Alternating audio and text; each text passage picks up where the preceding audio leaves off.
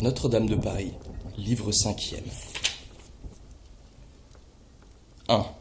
Abbas Beati Martini. La renommée de Don Claude s'était étendue au loin. Elle lui valut, à peu près vers l'époque où il refusa de voir Madame de Beaujeu, une visite dont il garda longtemps le souvenir. C'était un soir, il venait de se retirer après l'office dans sa cellule canonicale du cloître Notre-Dame. Celle-ci, hormis peut-être quelques fioles de verre reléguées dans un coin, et pleine d'une poudre assez équivoque qui ressemblait fort à de la poudre de projection, n'offrait rien d'étrange ni de mystérieux. Il y avait bien çà et là quelques inscriptions sur le mur, mais c'étaient de pures sentences de science ou de piété extraites des bons auteurs. L'archidiacre venait de s'asseoir à la clarté d'un trois-becs de cuivre, devant un vaste bahut chargé de manuscrits. Il avait appuyé son coude sur le livre tout grand ouvert d'Honorius Dautin, de Prodestinationae et Libero ad arbitrio, et il feuilletait avec une réflexion profonde un inflio imprimé qu'il venait d'apporter, le seul produit de la presse que renferma sa cellule. Au milieu de sa rêverie, on frappa à sa porte. « Qui est là ?» cria le savant du ton gracieux d'un dogue affamé qu'on dérange de son os. Une voix répondit du dehors. « Votre ami Jacques Coictier. » Il alla ouvrir. C'était en effet le médecin du roi, un personnage d'une cinquantaine d'années dont la physionomie dure n'était corrigée que par un regard rusé. Un autre homme l'accompagnait. Tous deux portaient une longue robe couleur ardoise fourrée de petits gris, ceinturonnés et fermés, avec le bonnet de même étoffe et de même couleur. Leurs mains disparaissaient sous leurs manches, leurs pieds sous leurs robes, leurs yeux sous leurs bonnets.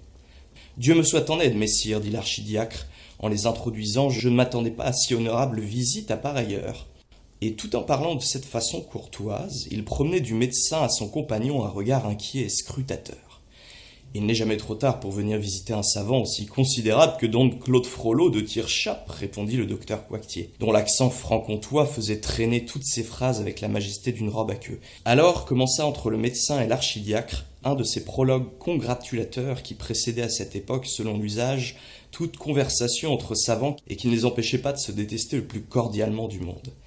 Au reste, il en est encore de même aujourd'hui. Toute bouche de savant qui complimente un autre savant est un vase de fiel emmiellé. Les félicitations de Claude Frollo à Jacques Coictier avaient trait surtout aux nombreux avantages temporels que le digne médecin avait su extraire, dans le cours de sa carrière si enviée, de chaque maladie du roi, opération d'une alchimie meilleure et plus certaine que la poursuite de la pierre philosophale. En vérité, monsieur le docteur Coictier, j'ai eu grande joie d'apprendre l'évêché de votre neveu, mon révérend seigneur Pierre Versé. N'est-il pas évêque d'Amiens ? Oui, monsieur l'archidiacre, c'est une grâce et miséricorde de Dieu. Savez-vous que vous aviez bien grande mine le jour de Noël à la tête de votre compagnie de la Chambre des comptes, monsieur le président ? Vice-président, Don Claude. Hélas, rien de plus des arcs. C'est un Louvre. J'aime fort l'abricotier qui est sculpté sur la porte avec ce jeu de mots qui est plaisant. À l'abricotier. Hélas, maître Claude, toute cette maçonnerie me coûte gros. À mesure que la maison s'édifie, je me ruine. Oh ! N'avez-vous pas vos revenus de la geôle et du bailliage du palais ? Et la rente de toutes les maisons ? Étaux, loges et chope de la clôture ? C'est traire une belle mamelle. Ma châtaigneraie de Poissy ne m'a rien apporté cette année. Mais vos péages de Triel, de Saint-James, de Saint-Germain-en-Laye sont toujours bons. 6,20 livres, pas même parisis. Vous avez votre office de conseiller du roi, c'est fixe cela. Oui, confère Claude, mais cette maudite seigneurie de Poligny dont on fait bruit ne me vaut pas 60 écus d'or, bon an, mal an. Il y avait dans les compliments que Don Claude adressait à Jacques Coictier cet accent sardonique, aigre et sourdement railleur. Ce sourire triste et cruel d'un homme supérieur et malheureux qui joue un moment par distraction avec l'épaisse prospérité d'un homme vulgaire. L'autre ne s'en apercevait pas. « Sur mon âme, dit enfin Claude, en lui serrant la main, je suis aise de vous voir en si grande santé. »« Merci, maître Claude. »« À propos, s'écria Don Claude, comment va votre royal malade ? » ?»« Il ne paie pas assez son médecin, répondit le docteur en jetant un regard à côté de son compagnon. »« Vous trouvez, compère Coictier ? » dit le compagnon. Cette parole prononcée du ton de la surprise et du reproche ramena sur ce personnage inconnu l'attention de l'archidiacre, qui, à vrai dire, ne s'en était pas complètement détourné un seul moment depuis que cet étranger avait franchi le seuil de la cellule. Il avait même fallu les 1000 raisons qu'il avait de ménager le docteur Jacques Coictier, le tout-puissant médecin du roi Louis XI, pour qu'il le reçût ainsi accompagné. Ainsi, sa mine n'eut-elle rien de bien cordial quand Jacques Coictier lui dit « À propos donc, Claude, je vous amène un confrère qui vous a voulu voir sur votre renommée. » Monsieur est de la science ? Demanda l'archidiacre en fixant sur le compagnon de Coictier son œil pénétrant. Il ne trouva pas sous les sourcils de l'inconnu un regard moins perçant et moins défiant que le sien. C'était autant que la faible clarté de la lampe permettait d'en juger. Un vieillard d'environ 60 ans et de moyenne taille, qui paraissait assez malade et cassé. Son profil, quoique d'une ligne très bourgeoise, avait quelque chose de puissant et de sévère. Sa prunelle étincelait sous une arcade sourcilière très profonde, comme une lumière au fond d'un antre, et sous le bonnet rabattu qui lui tombait sur le nez, on sentait tourner les larges plans d'un front de génie. Il se chargea de répondre lui-même à la question de l'archidiacre. « Révérend maître, dit-il d'une voix grave, votre renom est venu jusqu'à moi, et j'ai voulu vous consulter. Je ne suis qu'un pauvre gentilhomme de province qui ôte ses souliers avant d'entrer chez les savants.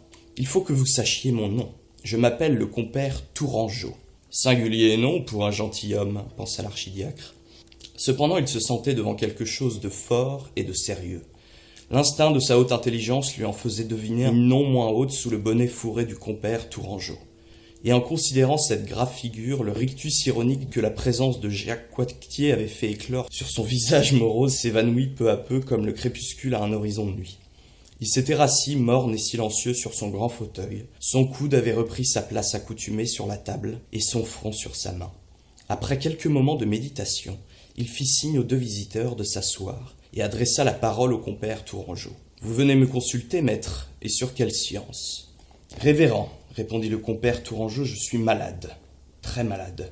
On vous dit grand esculape, et je suis venu vous demander un conseil de médecine. »« Médecine, dit l'archidiacre, en hochant la tête. Il sembla se recueillir un instant et reprit. Compère Tourangeau, puisque c'est votre nom, tournez la tête. Vous trouverez ma réponse toute écrite sur le mur. » Le compère Tourangeau obéit et lut au-dessus de sa tête cette inscription gravée sur la muraille.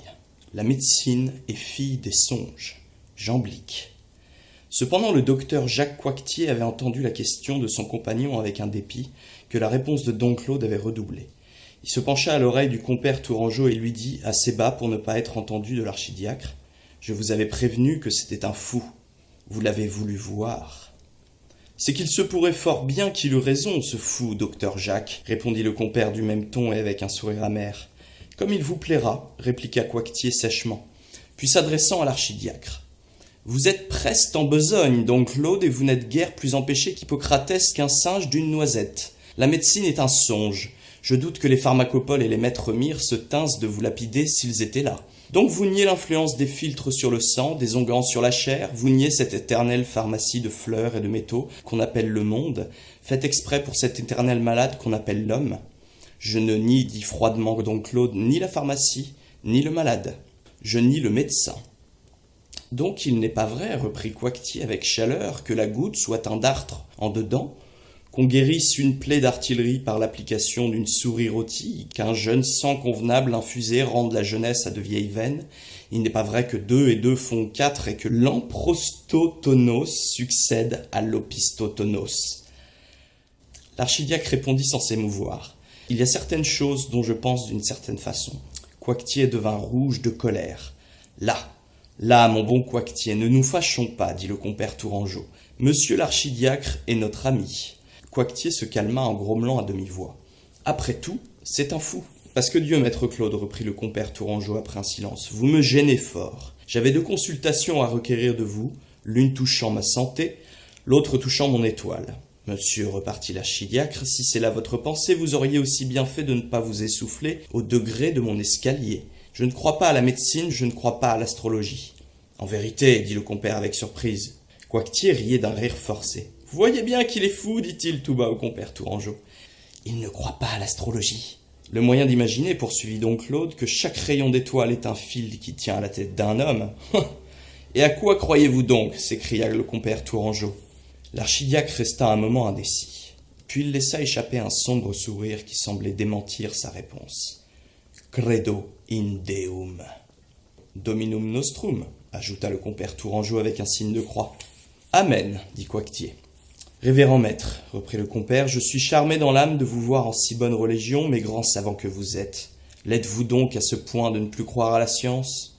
Non, dit l'archidiacre en saisissant le bras du compère Tourangeau, et un éclair d'enthousiasme se ralluma dans sa terne prunelle.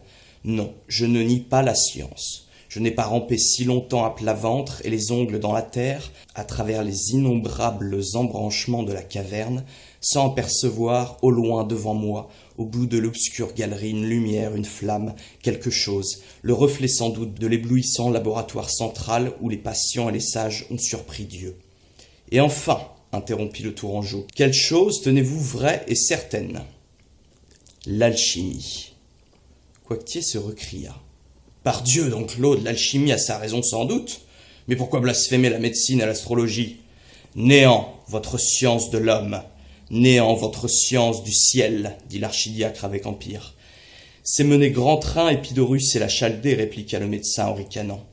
Écoutez, messire Jacques, ceci est dit de bonne foi, je ne suis pas médecin du roi, et sa majesté ne m'a pas donné le jardin Dédalus pour y observer les constellations. Ne vous fâchez pas et écoutez-moi. Quelle vérité avez-vous tiré, je ne dis pas de la médecine, qui est chose par trop folle, mais de l'astrologie? Citez-moi les vertus du boustrophédon vertical, les trouvailles du nombre Ziruf et du nombre Zéphirode. Nierez-vous, dit Coictier, la force sympathique de la clavicule, et que la cabalistique en dérive? Erreur, messire Jacques. Aucune de vos formules n'aboutit à la réalité, tandis que l'alchimie a ses découvertes. Contesterez-vous des résultats comme ceci? La glace, enfermée sous terre pendant 1000 ans, se transforme en cristal de roche. Le plomb est l'aïeul de tous les métaux. Car l'or n'est pas un métal, l'or est la lumière. Il ne faut au plomb que 4 périodes de 200 ans chacune pour passer successivement de l'état de plomb à l'état d'arsenic rouge, de l'arsenic rouge à l'étain, de l'étain à l'argent. Sont cela des faits? Mais croire à la clavicule, à la ligne pleine et aux étoiles, c'est aussi ridicule que de croire, avec les habitants du Grand Caté, que le loriot se change en taupe et les grains de blé en poissons du genre cyprin. J'ai étudié l'hermétique, s'écria Coictier, et j'affirme, le fougueux archidiacre ne se laissa pas achever. Et moi j'ai étudié la médecine, l'astrologie et l'hermétique. Ici seulement est la vérité. En parlant ainsi, il avait pris sur le bahut une fiole pleine de cette poudre dont nous avons parlé plus haut. Ici seulement est la lumière. Hippocratès, c'est un rêve. Urania, c'est un rêve. Hermès, c'est une pensée. L'or, c'est le soleil. Faire de l'or, c'est être Dieu. Voilà l'unique science. J'ai sondé la médecine et l'astrologie, vous dis-je. Néant, le corps humain. Ténèbres, les astres, ténèbres. Et il retomba sur son fauteuil dans une attitude puissante et inspirée. Le compère Tourangeau l'observait en silence. Coictier s'efforça de ricaner, haussait imperceptiblement les épaules et répétait à voix basse. Un fou. Et dit tout d'un coup le Tourangeau, le but mirifique, l'avez-vous touché? Avez-vous fait de l'or? Si j'en avais fait, répondit l'archidiacre en articulant lentement ses paroles comme un homme qui réfléchit, le roi de France s'appellerait Claude et non Louis. Le compère fronça le sourcil. Qu'est-ce que je dis là? Reprit donc Claude avec un sourire de dédain. Que me ferait le trône de France quand je pourrais rebâtir l'empire d'Orient? À la bonne heure, dit le compère. Oh, le pauvre fou, murmura Coictier. L'archidiacre poursuivit, paraissant ne plus répondre qu'à ses pensées. Mais non, je rampe encore. Je m'écorche la face et les genoux aux cailloux de la voie souterraine. J'entrevois, je ne contemple pas. Je ne lis pas, j'épelle. Et quand vous saurez lire, demanda le compère, ferez-vous de l'or? Qui en doute, dit l'archidiacre. En ce cas, Notre-Dame sait que j'ai grande nécessité d'argent, et je voudrais bien apprendre à lire dans vos livres. Dites-moi, révérend maître, votre science est-elle pas ennemie ou déplaisante à Notre-Dame? À cette question du compère, donc Claude se contenta de répondre avec une tranquille hauteur. De qui suis-je archidiacre? Cela est vrai, mon maître. Eh bien, vous plairait-il m'initier? Faites-moi épeler avec vous. Claude prit l'attitude majestueuse et pontificale d'un Samuel. Vieillard, il faut de plus longues années qu'il ne vous en reste pour entreprendre ce voyage à travers les choses mystérieuses. Votre tête est bien grise. On ne sort de la caverne qu'avec des cheveux blancs, mais on n'y entre qu'avec des cheveux noirs.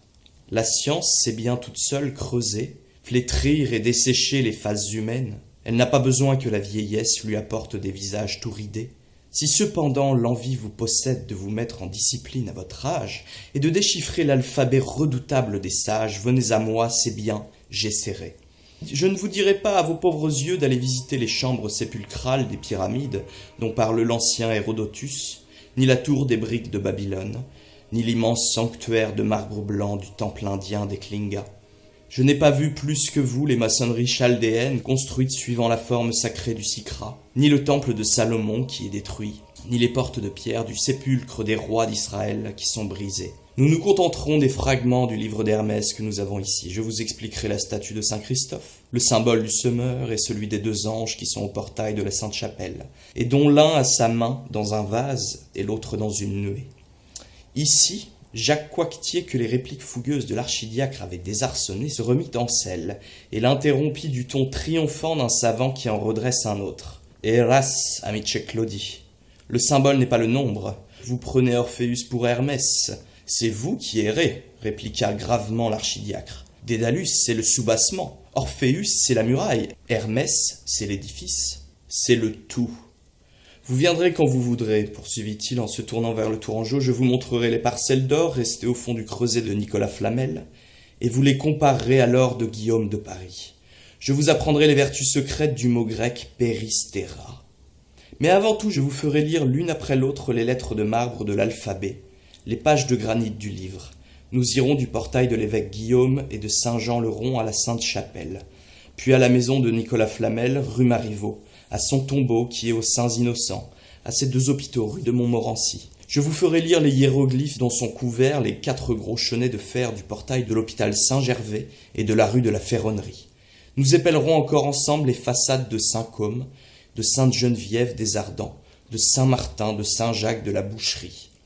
Il y avait déjà longtemps que le Tourangeau, si intelligent que fût son regard, paraissait ne plus comprendre Don Claude. Il l'interrompit. « Pasque Dieu! Qu'est-ce que donc que vos livres ?» « En voici un, dit l'archidiacre. » En ouvrant la fenêtre de la cellule, il désigna du doigt l'immense église de Notre-Dame, qui, découpant sur un ciel étoilé la silhouette noire de ses 2 tours, de ses côtes de pierre et de sa croupe monstrueuse, semblait un énorme sphinx à 2 têtes assis au milieu de la ville.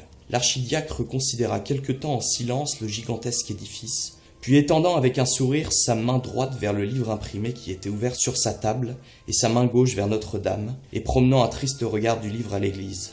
« Et hélas, dit-il, ceci tuera cela. » Coictier, qui s'était approché du livre avec empressement, ne put s'empêcher de s'écrier. « Eh mais, qu'y a-t-il donc de si redoutable en ceci?